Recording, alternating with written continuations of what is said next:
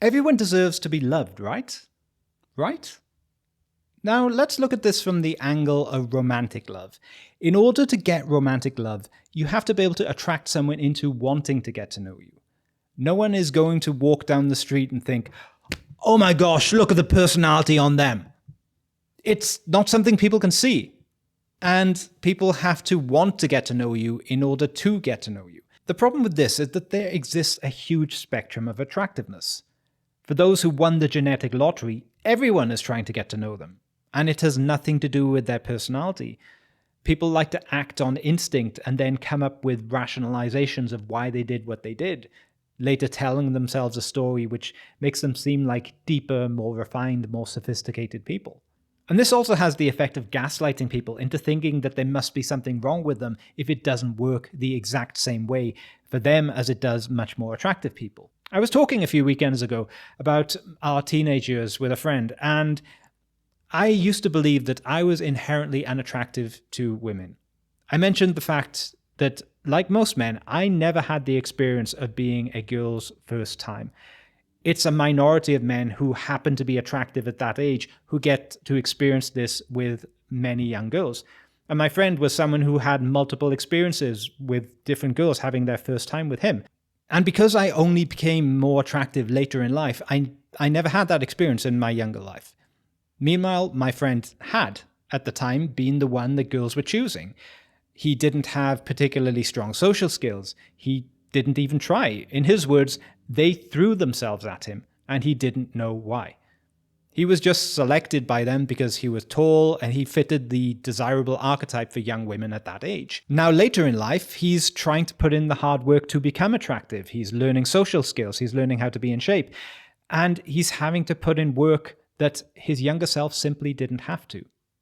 Now, as I've said before, I disagree with the whole rhetoric and conclusions of the Black Pill because it tends to be very defeatist. But one thing that they do get right is that an average man who does all the right things to be in good shape, to dress well, meditate, know himself, etc., will still get less attention from women than the man who is just naturally the type of man that every girl notices when he walks into the room.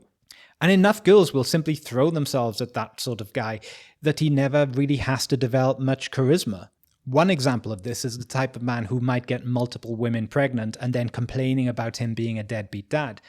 He's not a good man, but being a good man wasn't required in order to get unprotected sex with those women. And it's pretty damn virtuous when someone who has little incentive to become a kind, considerate person actually does. But still, there's often some empathy gap there because they don't realize how different people's experiences are. If you listen to them, if you listen to the advice of someone who looks like Brad Pitt and he's like, yeah, just be yourself, it worked for me, and you try to do that and you have completely different results, well, you might think that there's just something fundamentally wrong with you. People tend to believe that what they get is what they deserve. And this starts in childhood because as children, we're egotistical. We believe that everything that happens to us happens because of something we did or something we are. And so whatever story we told ourselves about what happened and why we deserve it, that story becomes our internal belief about what we deserve from life. And that belief snowballs throughout our lives. The more good treatment we receive, the more we believe that we deserve good treatment. And so our confidence is high and people are drawn to us and we get more good treatment. And conversely, if we get bad treatment, we might take on the belief that we deserve bad treatment. And so we tolerate bad treatment. And so we get more bad treatment. There can, of course, be exceptions to this. I broke the pattern.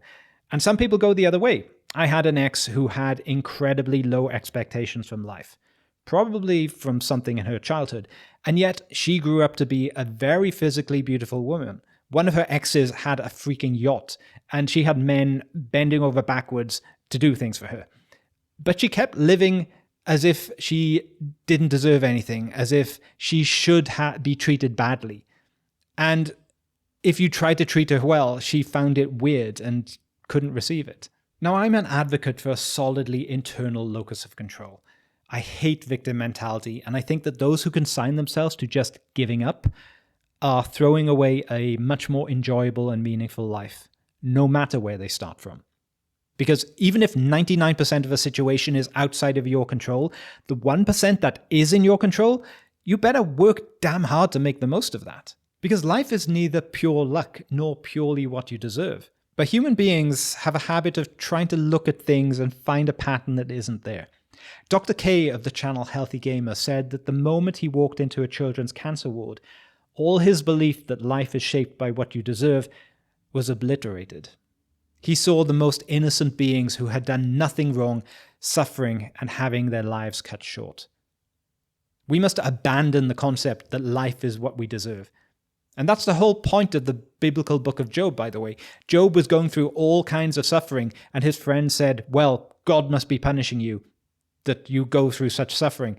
And in the book, God comes down and says, no, you are wrong, and don't speak for me. But he never explains why what happened.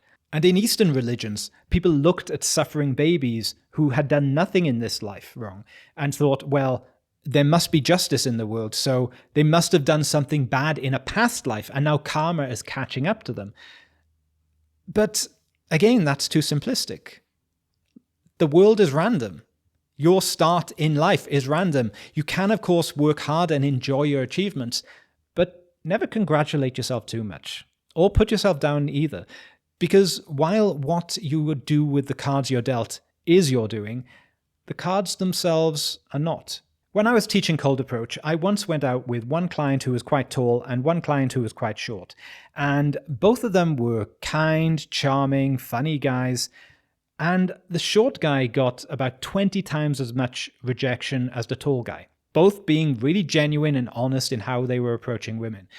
And it was pretty brutal, but I admired his tenacity to not be fazed by it. And women throwing themselves at some men and rejecting others, or not even noticing them, for the most part is just an echo of evolutionary quirks which worked a few 100,000 years ago, but aren't really relevant for life in the civilized world. So deserving has nothing to do with how much attention these men are getting, or with anything else.